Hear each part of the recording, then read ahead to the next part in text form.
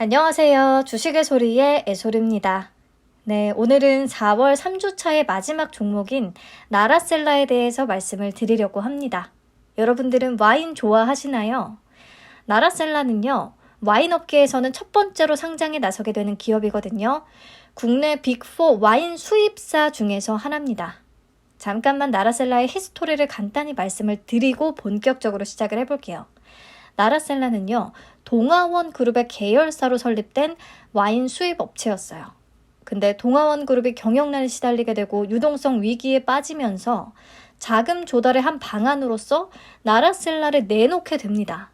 당시에 신세계가 인수한다 어쩐다 말이 좀 많았었는데 결국에 나라셀라를 누가 샀느냐? 물류 사업을 하던 오크라인의 마승철 회장이 인수를 하게 됩니다. 마승철 회장은 두산그룹 기획팀을 거쳐서 계열사인 OBC 그램에서 패스포트와 시바스리갈, 위스키를 책임을 지면서 주류업계와 인연을 맺기 시작했고요. 이후에는 국내 1위 위스키 수입업체인 디아지오 코리아에서 최고 재무 책임자를 역임한 바 있습니다. 이 경험을 토대로 주류 물류 회사인 오크라인을 설립해서 운영을 하고 있었는데 항상 와인에 그렇게 관심이 많았다고 해요. 그래서 나라셀라가 매물로 나왔을 때 곧장 인수에 나서게 된 겁니다. 와인의 진심인 분 같았어요. 그가 나라셀라를 인수한 뒤에 단시간 내에 회사 실적을 크게 성장을 시켰고요. 이렇게 IPO까지 진행을 할 수 있게 된 거죠. 자, 그렇다면 나라셀라는 어떤 와인들을 수입하고 있는지 한번 볼까요? 120여 개 브랜드의 1000여 종에 달하는 다양한 와인의 독점 공급권을 가지고 있다고 합니다. 특히 국내에서 굉장히 사랑을 받으면서 국민 와인으로 불리고 있는 칠레의 몬테스 알파는 나라셀라가 독점 공급하고 있는 대표 상품 중에 하나예요. 2019년 국내 최초로 누적 판매량 1000만 병을 돌파했고요. 현재 1500만 병 판매 기록을 눈앞에 두고 있습니다. 자, 그 밖에 미국의 나파밸리도 좀 대중적이고 가격이 비싸지 않으면서 맛은 고가 와인에 버금가는 수준이라 저도 친구들이랑 가끔 마실 때 찾곤 하는데요. 이 라인업도 나라셀라가 많이 갖추고 있더라고요. 그 밖에 또 홈페이지 접속해서 쭉 둘러보시면 프리미엄 와인부터 해서 입문자용, 중저가 제품까지 라인업은 굉장히 다양하게 갖추고 있더라고요. 마승철 대표가 나라셀라를 인수한 뒤에 와인 소비 트렌드가 좀 대중화될 것이라고 앞을 내다보고 중저가 와인을 납품하는 데 주력하기 시작을 하면서 소비자의 접근성을 높일 수 있었던 것으로 생각이 됩니다. 네, 그래서 사실 사업 내용은 굉장히 간단해요. 주요 와이너리, 와인 양조장으로부터 와인을 수입하고 국내에서 유통을 시키고 있다. 와인을 좋아하는 분들에게는 이미 좀 익숙한 꽤 인지도가 있는 와인 수입사 중에 하나라고 볼 수가 있겠습니다. 근데 이런 생각이 들죠. 특정 기술을 필요로 하는 분야가 아니고 와인을 직접 제조하는 게 아니라 단순 수입과 유통을 맡고 있다면 이 분야는 진입 장벽이 매우 낮은 시장이 아닐까. 근데 또 나름의 진입 장벽이 있나 보더라고요. 지난 2021년 기준 국내 시장의 와인 수입사는 474개나 된다고 해요. 현재는 더 늘어났겠죠. 약 500개 정도라고 생각을 할 수 있겠습니다. 하지만 대부분은 소규모 업체들이고요. 나라셀라를 포함해서 상위 5개사가 시장을 장악하고 있대요. 신세계 L&B, 아영 FBC, 금양 인터내셔널, 롯데 칠성까지. 보통 와이너리, 즉 주요 와인 생산국의 양조장에 대한 유통권이 독점적으로 이루어지다 보니까요. 이미 선점을 하고 있는 수입사들의 점유율을 좀 뒤늦게 진입한 수입사들이 뺏기는 쉽지 않은 구조라고 해요. 이렇게 좀 진입 장벽이 형성되어 있다. 그래서 표를 보시면 나라셀라를 포함한 빅4 수입사들이 시장을 장악하고 있다라고 보시면 되겠습니다. 이 중에 매출액 기준으로 나라셀라는 4위에 위치를 하게 되겠네요. 자, 근데 최근에 다른 대형 유통 그룹사들도 와인 사업에 뛰어들겠다고 계속 선언을 하고 있어요. 롯데, 현대, 한화, SK까지. 경쟁이 더 치열해질 수밖에 없겠고요. 그렇다면 핵심 와이너리나 유통 채널, 마케팅 능력을 확보하지 못한 단순 수입 유통사들은 도태될 수밖에 없을 것으로 보입니다. 아무튼 상위권의 경쟁이 더 치열해질 수밖에 없다는 거 알고 있어야 되겠고요. 구체적으로 점유율을 비교를 해보고 싶었는데 불가능했어요. 국내 와인 시장은 매출액 기준의 시장 규모가 집계되지 않아서 점유율 자체를 산정하기 어렵다고 하고요. 와인 유통사가 500개에 달하는데 이 매출액을 다 합산해서 구하는 것도 사실상은 불가능해 보였습니다. 그래서 회사 측은 국내 전체 와인 수입액 대비해서 나라셀라의 매입액을 기준으로 점유율을 계산해 봤더라고요. 그러면 20년에 10%, 21년에 10%, 22년에 11.4%. 경쟁이 심화되고 있는 시장에서 점유율은 10% 언저리를 계속해서 유지하고 있다 정도로 볼 수가 있겠습니다. 점유율이 이렇게 큰 변동 없이 유지되고 있는 상황이라면 회사가 더 성장을 하기 위해서는 와인 시장 자체가 커져야 된다는 소리가 되겠죠.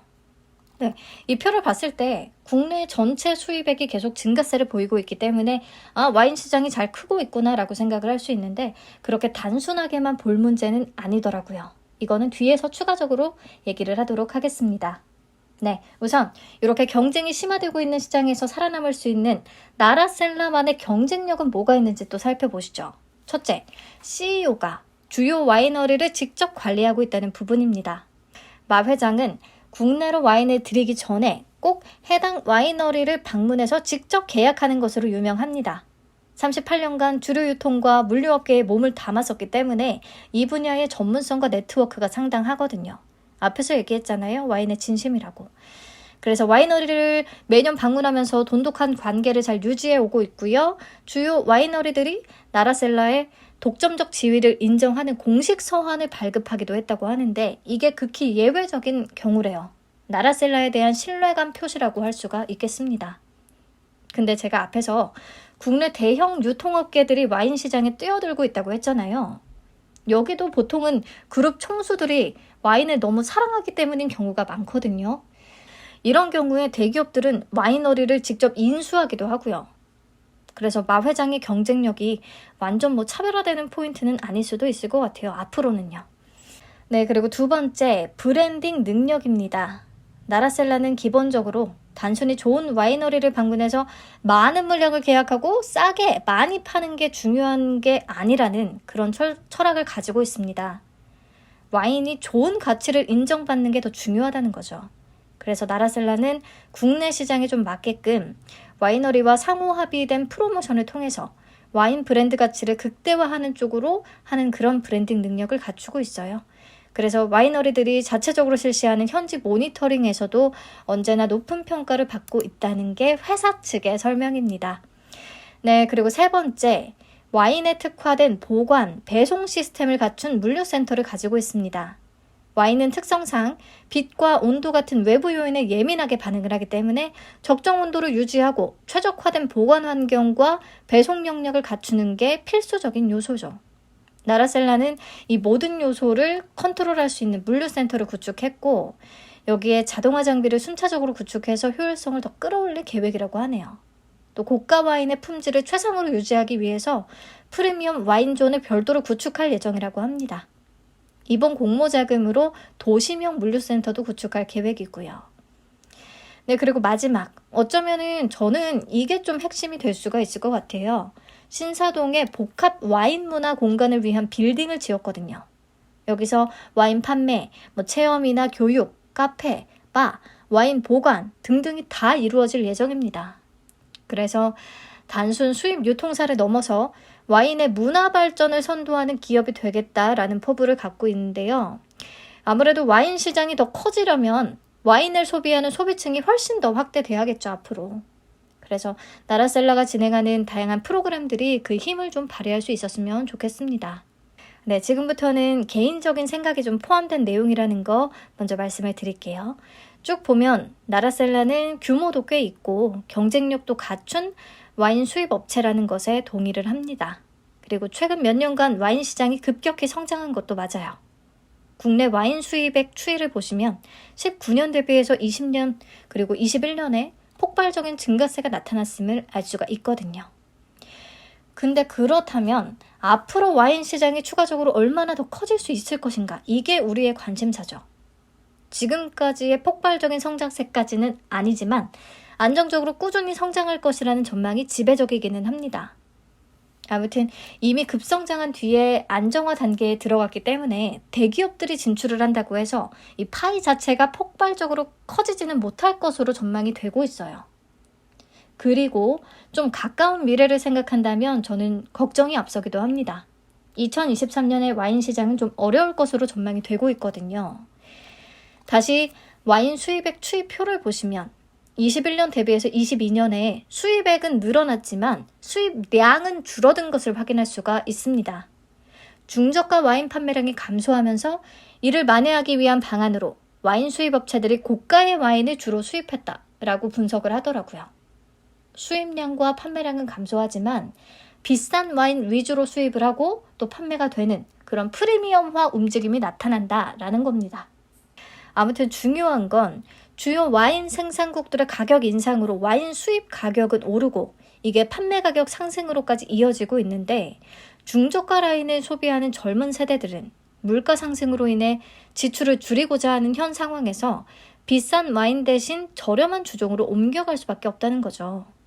저는 중저가 시장이 좀 확대가 돼야 와인 시장이 더 오래 갈 수 있고 전체적인 시장 규모도 더 커질 수 있다고 생각을 하거든요. 중저가 시장이 중요하다.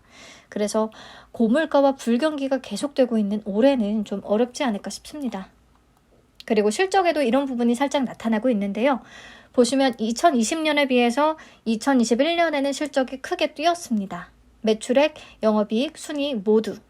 혼술 트렌드 확산과 함께 와인 시장이 급성장한 덕이라고 해요. 근데 2022년을 보시면 매출액은 성장을 했지만 영업이익과 당기순이익이 좀 정체된 모습입니다. 네. 와인 수입 가격 상승으로 매출 원가율은 높아졌고 소비량은 좀 주춤한 영향인 거죠. 매출액이 늘어난 것도 중저가 판매가 감소한 반면에 고가 와인 위주로의 판매가 증가한 영향이다. 이렇게 해석을 해볼 수가 있겠습니다. 그래서 지금까지는 너무 좋은 실적을 보여준 건 맞는데 23년과 그 이후 좀 어떨지 조금 잘 모르겠어요. 넘어가서 재무 안정성 지표를 보면 유동 비율 무난합니다. 부채 비율은 신사동에 4억 짓는 것 때문에 차입금이 좀 늘어나서 업종 평균 대비해서 다소 높은 상황인데요. 이번 공모자금의 일부는 차입금 상환에 쓰일 계획이라 부채는 줄고 자본금이 늘어난다면 지표는 좀 더 개선될 수 있을 듯 합니다. 문제 삼을 정도는 전혀 아니고요. 그럼 지금부터는 공모 관련 내용들 살펴보겠습니다. 총 145만 주 공모하고요. 공모가 밴드는 22,000원에서 26,000원을 제시합니다. 그래서 총 공모액은 319억 원에서 377억 원 정도 규모가 되겠고요. 시가총액은 약 1,416억 원에서 1,674억 원 정도에 달하겠네요. 아주 초소형은 아닙니다. 청약은 20일부터 21일까지 진행이 되고 환불까지 4일이 걸린다는 단점이 하나 있네요. 그리고 상장은 5월 2일로 예정이 되어 있습니다. 청약은 신영증권, 유진투자증권 두 곳에서 가능하고요. 오랜만에 구주 매출이 있네요. 신주 모집 85%와 구주 매출 15%로 진행됩니다. 구주 매출은 기존 주주가 보유하고 있던 주식을 공모를 통해 파는 것을 얘기하죠. 구주 매출의 주체는 최대 주주인 나라 로지스틱스가 되겠습니다. 물류를 책임지고 있는 회사인데 구주 매출 자금으로 나라셀라의 와인 레스토랑 계열사와 위스키 계열사의 운영 자금으로 사용을 한다고 해요. 그래서 구주 매출이 존재하긴 하지만 최대 주주가 배불리려는 목적은 아니고 나라셀라의 발전을 위해 쓸 예정이라는 점에 있어서 사실상 신주 모집과 다름없다고 볼 수도 있겠습니다. 네. 자, 우리 사주조합에 3% 배정했는데요. 밴드 상단 기준 약 11.3억 원 정도가 되는 규모고요. 직원 222명 기준 1인당 평균 배정 금액은 약 500만 원 정도로 계산이 됐습니다. 부담 없는 수준이라 다 소화 가능할 것 같아요. 다음, 상장 직후 유통 가능한 물량 보시죠. 26.88%, 20%대로 적은 편입니다. 기존 주주 비율도 5.04%로 낮은 축에 속하고요. 나라셀라에 투자한 벤처금융은 A벤처스 한 곳인데요. A벤처스가 보유한 주식의 상당수량은 의무보호 예수로 묶여있고 또 나머지 물량 중에서 상당수는 자발적으로 보호 예수를 약속을 해줬더라고요. 곧바로 자금을 회수하기보다는 나라셀라의 성장에 좀 힘을 보태려는 모습을 보여주고 있어서 이건 그래도 긍정적으로 보입니다. 덕분에 상장 직후 시장에 풀리는 물량이 많지는 않겠어요. 근데 보니까 A벤처스의 투자 단가가 22,000원이더라고요. 공모가 밴드 하단과 딱 동일한 수준인 거죠. 그래서 나라셀라가 하단을 22,000원에 최대한 맞추려고 하지 않았을까라는 생각도 듭니다. 자발적으로 의무 보유까지 약속을 해줬으니 투자한 가격보다는 더 좀 돈을 벌게 수익은 나게 해주고 싶었을 테니까요. 네, 공모가 얘기는 근데 바로 뒤에서 이어하도록 하겠습니다. 어쨌든 상장일의 유통 물량은 비율로 보면 괜찮은 수준이고 상당 기준 금액으로 약 450억 원. 23년 공모주들의 상장의 수급을 볼 때 충분히 소화 가능한 정도기는 합니다.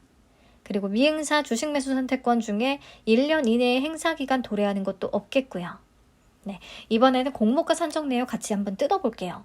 나라셀라의 가장 큰 논란거리는 유사 기업의 루이비통, 디올 등으로 유명한 루이비통 모에 헤네시를 포함시켰다는 부분이었습니다. 아무래도 와인 수입사로는 첫 상장이고 그래서 비교 기업을 찾기 어렵기는 했겠죠. 루이비통 모에 헤네시가 대표적 샴페인인 모에샹동과 헤네시가 합쳐진 회사로 와인의 깊은 정체성을 가지고 있긴 하지만 주류 매출 비중은 현저히 낮고 그 밖에 루이비통이나 디올, 티파니, 펜디 등등등 럭셔리 의류와 자파, 시계 이런 비중이 압도적으로 높은 데다가 이 회사는 프랑스 시총 1위에 달하는 기업이에요. 이런 회사를 피어 그룹으로 포함시킨 것에 대해 반발이 일어날 수밖에 없는 거죠. 또 그 밖에 다른 해외 주류 기업들도 자체적 브랜드의 와인이나 샴페인, 위스키 등등을 직접 생산하고 유통시킨다는 측면에서 나라셀라와 성격이 조금 다르기는 해요. 그래서 해외 기업들을 포함시킴으로써 적용펄을 높였다는 논란을 피할 수가 없었습니다. 자, 이 중에서도 루이비통으로 계속 문제를 삼자 회사가 정정신고서를 제출했어요. 그리고 유사 기업을 선정할 때 주류 매출 비중이 50% 이상인 회사로 좀 제한을 시켰습니다. 그러면서 롯데칠성 음료와 루이비통이 빠지게 됐고 이탈리안 와인 브랜즈라는 회사가 새롭게 편입됐어요. 근데 보시면 정정 전과 정정 후 적용퍼는 23배 정도로 비슷합니다. 오히려 정정 후에 더 높아졌죠. 그래서 공모가 밴드도 그대로 유지가 됩니다. 사실 정정에 큰 의미는 없었어요. 근데 여러분들 해외 피어 그룹들을 한번 쭉 보세요. 페르노리카, 루이비통 모에 헤네시, 로랑페리에, 더콘 포트폴리오 등등등 전부 다 국가별로 유명한 주류를 직접 제조를 하고 유통을 하는 회사들입니다. 앞에서 얘기했듯이 이렇게 자체 브랜드를 보유하고 생산시설을 갖춰서 직접 생산을 하는 회사들을 나라셀라 같은 단순 수입, 유통업체가 비교 대상으로 삼기에는 조금 무리가 있는 게 아닌가 생각이 들었어요. 우리가 반도체 제조사와 반도체 유통사에 같은 밸류를 주지는 않잖아요. 물론 나라셀라는 국내에서 생산 불가능한 주요 지역의 와인들을 독점 계약을 통해서 국내에 공급한다는 점에 있어서 조금 다를 수가 있겠지만 근데 그렇게 보자면 식자재 유통회사 중에서 보라티알도 세계 최고의 파스타 생산업체인 대체코사와 독점 파트너십을 맺고 호텔이나 레스토랑, 국내 카페에 이태리 식자재들을 공급하고 있기 때문에 비슷한 거 아닌가 싶었거든요. 자, 그럼 보세요. 식자재 유통하는 국내 기업들의 밸류는 매우 낮습니다. 그래서 저는 그냥 국내 대표 주류 기업들과 식자재 유통사만 포함을 시켜서 주당 평가 가격을 한번 계산을 해봤고요. 그렇게 되면 당연히 회사 측이 제시한 공모가 밴드는 너무 과하다는 생각이 들 수밖에 없었습니다. 물론 이건 그냥 제 논리이기 때문에 이게 맞다 아니다를 얘기할 수는 없다고 보고요. 그냥 제 채널이니까 제 생각을 말씀드리는 것뿐입니다. 사실 와인 수입사로 상장사 중에서는 비교 대상이 없기 때문에 밸류가 논리보다는 수급에 의해서 결정이 될 것 같은데요. 저는 공모가가 딱히 마음에 들지는 않았어요. A벤처스를 위한 밴드 산정이 아닌가 싶기도 했고요. 이거는 제가 좀 꼬아서 생각하는 거일 수 있으니까 그냥 감안하고 들어주세요. 네, 그래서 와인업계의 첫 상장이고 또 빅4에 해당하는 기업이라 관심이 가기는 하죠. 와인 시장이 최근의 성장을 보여주기도 했고요. 근데 현재 와인업계를 둘러싼 시장 상황이라든지 공모가 이런 것들은 매력적이지는 않다고 봤습니다. 결국에 저도 수요 예측 결과에 기대해서 최종 판단을 하게 될 것 같아요. 오늘도 내용이 너무 길어졌네요. 간단히 청약 관련 정보들 짚어보고 마무리하겠습니다. 신영증권이 메인 주관사고요. 계좌는 16일 오후 5시까지 비대면 개설을 하셔야 참여가 가능하겠습니다. 유진투자증권은 19일까지 만드셔도 가능하고요. 수수료는 둘 다 2,000원 부과가 되겠습니다. 최소 청약 수량은 50주예요. 4월 19일에 수요 예측 결과 발표될 테니까요. 발표되면 다시 정리해 보도록 하겠습니다. 시청해 주셔서 감사합니다. 편안한 밤 되세요.